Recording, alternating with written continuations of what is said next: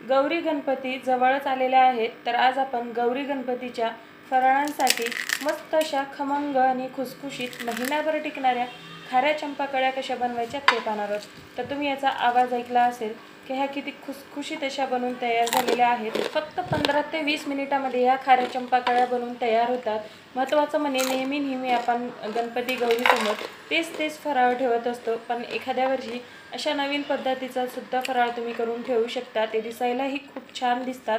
चला तर मग सुरुवात करूया। नमस्कार, कुक विथ मनीषा यूट्यूब चॅनलमध्ये तुम्हा सर्वांचं खूप मनापासून स्वागत आहे। रेसिपी सुरू करण्याआधी तुम्हाला एक निवेदन आहे, तुम्हाला जर आजची ही रेसिपी आवडली तर एक लाईक नक्की करा। चॅनलवर नवीन असाल तर सबस्क्राईब करून बाजूचं बेल आयकन क्लिक करा, त्याने माझ्या व्हिडिओचं प्रत्येक नोटिफिकेशन सगळ्यात आधी तुमच्या मोबाईलवरती येईल।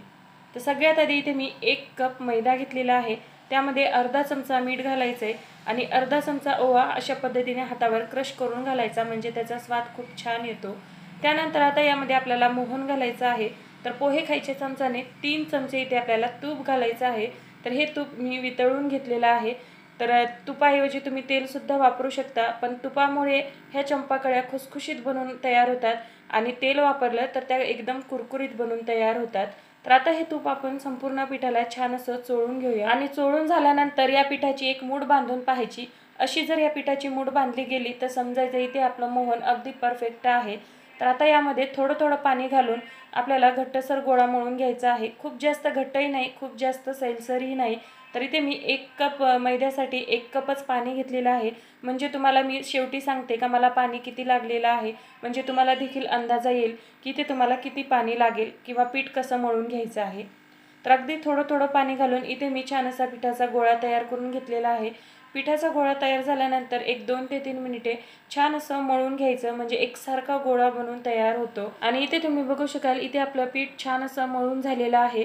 तर सर्वात शेवटी छान असं हातावर गोल करून पाहायचं आणि तुम्ही बघू शकाल हे पीठ कितपत सॉफ्ट आहे। तर एवढं सॉफ्ट पीठ इथे आपल्याला मळून घ्यायचं आणि इथे तुम्ही पाहू शकाल हे पीठ मळण्यासाठी मला इथे अर्धा कपापेक्षाही थोडंसं कमी पाणी लागलेलं आहे।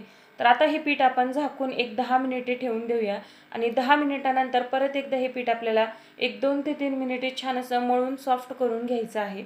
तर इथे आपलं पीठ अगदी छान असं सॉफ्ट झालेलं आहे। तर अशा पद्धतीने याचे छोटे गोळे तयार करून घ्यायचे आहेत। तर इथे तुम्हाला ह्या चंपाकळ्या कितपत लहान मोठ्या हव्या आहेत त्यानुसारच याचे गोळे तयार करून घ्यायचे आहेत।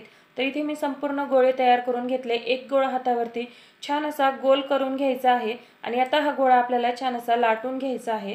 तर इथे मी खाली किचन ओट्यावरच लाटून घेणार आहे, तुम्ही पोळपाटावर सुद्धा लाटून घेऊ शकता।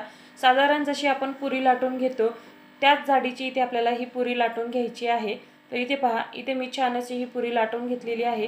पुरी लाटत असताना याला पीठ किंवा तेल लावायची अजिबात गरज लागत नाही, ही अशीच छान अशी लाटली जाते, चिटकत वगैरे नाही। तर इथे तुम्ही बघू शकाल इतपत जाडीची ही पुरी मी लाटून घेतलेली आहे। पुरी लाटल्यानंतर एखाद्या सुरीच्या किंवा कटरच्या सहाय्याने व्हिडिओत दाखवलेल्याप्रमाणे याला आपल्याला कट्स मारून घ्यायचे आहेत।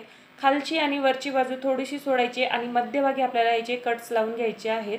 आणि कट्स लावून झाल्यानंतर अलगद ही पुरी उचलायची आहे आणि दोन्ही बाजूंनी जी आपण जागा शिल्लक ठेवलेली आहे त्यावरच आपल्याला हा असा रोल करून घ्यायचा आहे आणि छान असं हे आपल्याला हलक्या हाताने प्रेस करून घ्यायचं आहे, म्हणजे वरची आणि खालची बाजू ही तेलात गेल्यानंतर खुलणार नाही। तर आता याला प्रॉपर चंपाकळीचा शेप येण्यासाठी व्हिडिओत दाखवलेल्याप्रमाणे ज्या आपण कट्स लावून घेतलेल्या जे लेयर्स आहेत त्या आपल्याला अर्ध्या 2 भागामध्ये डिवाइड करून वरचा जो टोक आहे त्या मध्यभागातून बाहेर काढून घ्यायचा आहे, म्हणजे इथे आपली मस्त अशी चंपाकळी बनून तयार झालेली आहे। आणि तुम्ही बघू शकाल किती सुंदर अशी ही दिसायला सुद्धा दिसत आहे।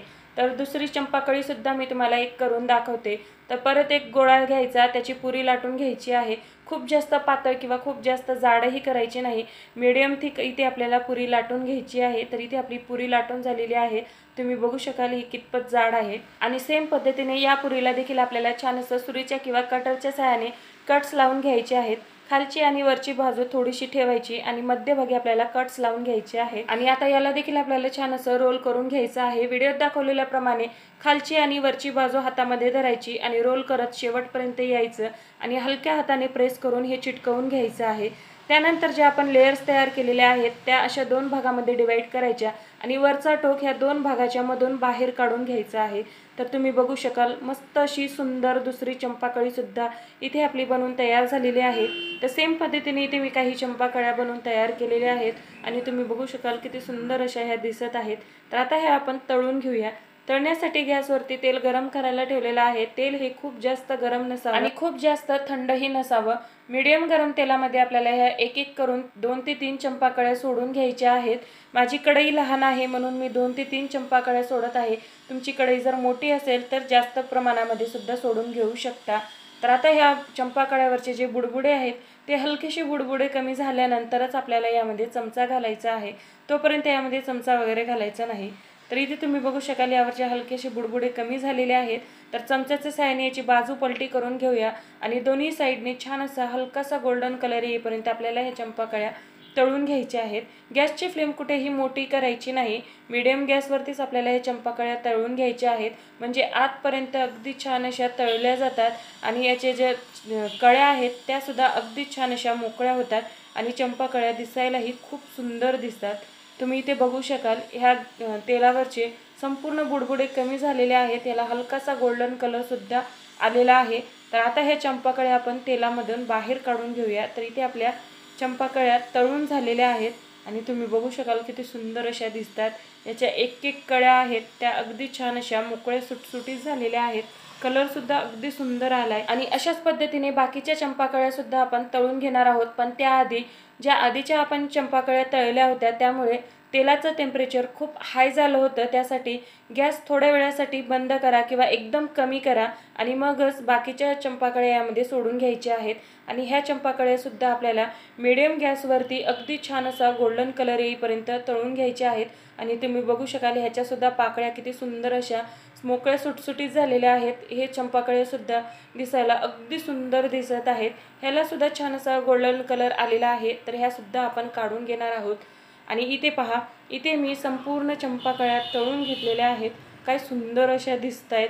ह्याच्या कळ्या पहा किती छान अशा आलेल्या आहेत। तर आता मी तुम्हाला एक चंपाकळी तोडून सुद्धा दाखवते तर तुम्ही याचा आवाज ऐकू शकता। तर अगदी खमंग आणि खुसखुशीत अशा ह्या चंपाकळ्या बनवून तयार होतात। ह्याच पद्धतीने पाकातल्या चंपाकळ्या सुद्धा केल्या जातात। पण पाकातल्या चंपाकळ्या ह्या 7 ते 8 दिवस तुम्ही स्टोर करून ठेवू शकता, पण ह्या खाऱ्या चंपाकळ्या महिनाभर तुम्ही स्टोर करून ठेवू शकता। आणि गौरी गणपतीला एखादा नवीन फराळ शोधत असाल तर ही रेसिपी एकदा नक्की ट्राय करून पहा। अतिशय साधी सोपी रेसिपी आहे, 15 ते 20 मिनिटात बनवून तयार होते आणि अतिशय खमंग आणि खुसखुशीत अशी बनवून तयार होते। तर नक्की ट्राय करा आणि कशी वाटली रेसिपी कमेंटमध्ये नक्की सांगा। रेसिपी आवडली तर रेसिपीला लाईक करा, जास्तीत जास्त शेअर करा आणि तुम्हाला जर माझ्या ह्या रेसिपीज पाहायला आवडत असतील तर कुक विथ मनीषा यूट्यूब चॅनलला सबस्क्राईब नक्की करा। तर पुन्हा भेटू, धन्यवाद।